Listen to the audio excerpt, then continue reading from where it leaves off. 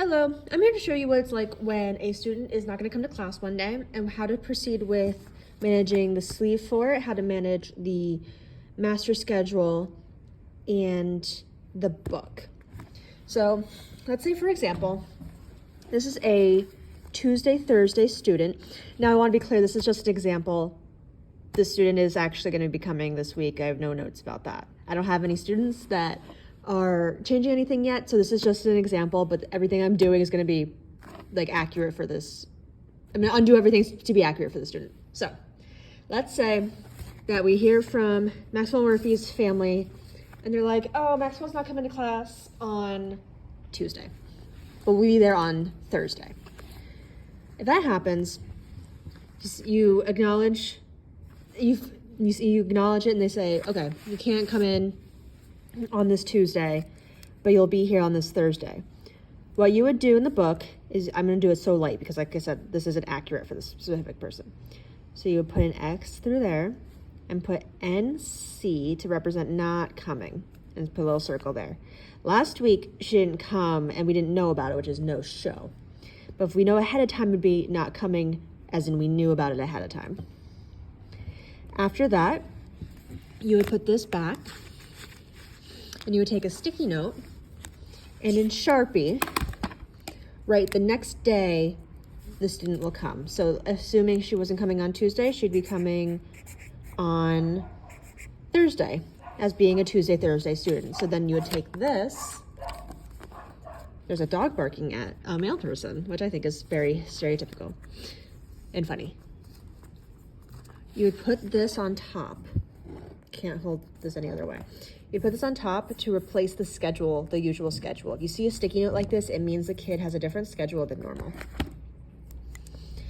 That is how you take care of the sleeve in the event of someone having a day off and they say they're not coming to class.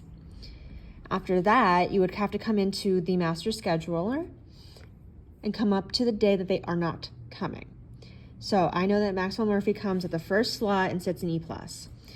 You would change this to say NC for not coming, and then the date that it would be, and then use the strike through option to strike through the information. So whoever's sitting at the check-in desk knows that Maxwell Murphy is not coming. So that's just undoing that. That is the procedure for a day off. Now, let's say that we hear from Maxwell Murphy's family. Let me erase what I just did because, like I said, let's say we hear from Maxwell Murphy's family and they say, oh, we're going to come in on Tuesday, but can we come at a different time? Can we, instead of coming at 3 to 3:30, can we come at 5 o'clock to 5:30, 5 to 5:30?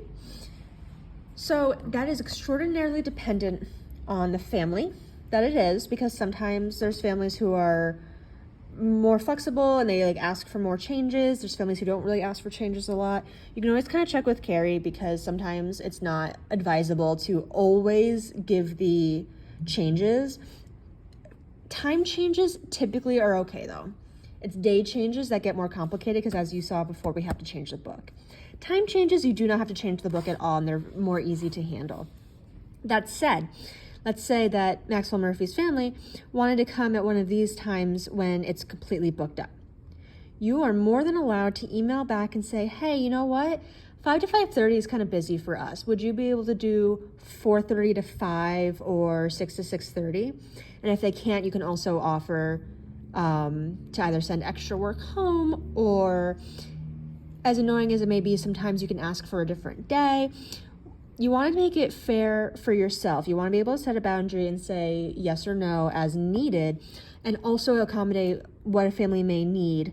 And I also say, if you have kids in these, remember these pink ones are once a week kids. If you have once a week kids needing to reschedule, it's better for them to try to reschedule first because they only come once a week. It's more important to see them at least once rather than skip entirely. And sometimes even like in a busy spot like this, you can sometimes squeeze extra kids in. It's just not advisable because then it gets overwhelming and it's a little bit too busy. So that's how it would be. So let's say we were able to convince them to come at a different time at 4:30. You would put the student's name in that slot and change the text to blue. You type in TC for time change and the date it applies to.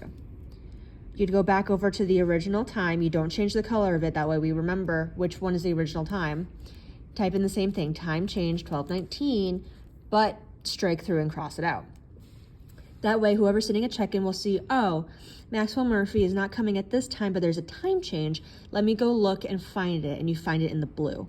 That's the easiest way for anyone sitting at check-in or even at the welcome desk to know when to expect a kid at a different time. With time changes, though, you do not have to affect the book at all because the book is not specific to time. It's specific to time of like the day of the week, not the time of day. The exact opposite of what I'm trying to say.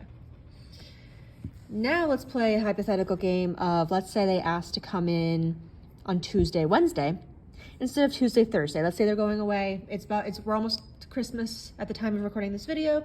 Let's say they're going to go away early and they're not going to come in on Thursday, but they want the class time on Wednesday. It's extraordinarily dependent on the time of the year and everything, or if there's like scheduled breaks or something like Thanksgiving, to make sure that it's not an unreasonable day change. Most times day changes are okay, but you're gonna see that there's more of a procedure to it than something like a time change or even a day off.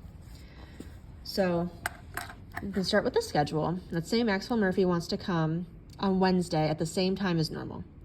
So you'll pop in the name on the day of and also change it to blue. Blue always signifies an unusual schedule. Then you would put day DC for day change and the day that it applies to. Then you would go to the day that they are not coming. Type in NC for that applicable date.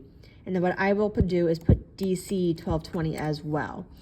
That way, and then you would cross it out as well because it means they are not coming this day, but then you can read it and be like, oh, day change to the 20th. You can scroll back up and see there is in fact a day change to the 20th.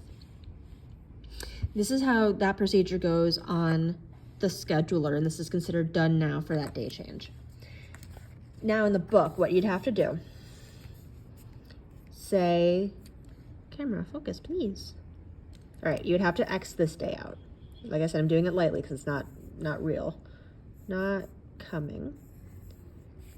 And you would write it neater than this because you wouldn't be writing it in the air. Now, how do you think, well, not how do you think. Now you have to signify that they are coming on a day that is not their usual day. To do that, instead of a circle, you're going to write in a square with the day of the week that it applies to. So now this signifies that this week, not coming the 21st, but coming the 20th, not Thursday, the Wednesday.